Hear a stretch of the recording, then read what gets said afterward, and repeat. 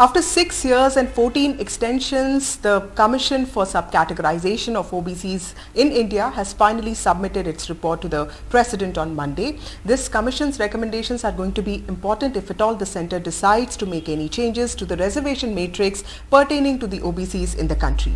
In 2017, when the Commission was put in place under the leadership of Justice G Rohini, it was asked to examine if the distribution of the 27% quota amongst OBCs was equitable.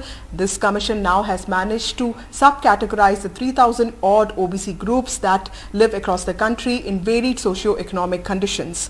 Now, this is a politically sensitive topic for the government and also for the opposition. So, what I hear is that the government will take a very cautious approach when it comes to implementing any of the recommendations, but it will be analyzed and in-house experts and also OBC groups across the country will be consulted before the government actually makes any move to make any change in the reservation matrix, is what we learn. Why is this so controversial?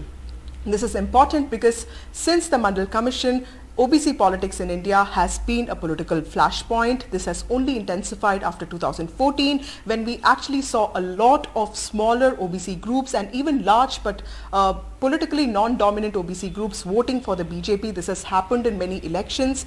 OBC outreach has also become an important fulcrum of the opposition social engineering efforts. Remember that regional parties in the Hindi heartland have actually had caste as their mainstay for many years now, and they've been pushing for a caste census. In the Karnataka elections, we actually saw Congress leader Rahul Gandhi also speak in favor of the caste census. But when it comes to the recommendations of G Rohini Commission, it is understood that sub-categorization of the OBCs would also mean every group will be eligible for only some part of the 27% quota, which means that it could also upset some of the larger dominant groups which have till now been entitled to an open share of 27% quota, which is why I understand that the government will be very cautious before it actually decides to implement any of these moves. What I hear is that these recommendations will also be important to the state governments and could actually be a guiding force for them when they decide to frame reservation policies for their own states.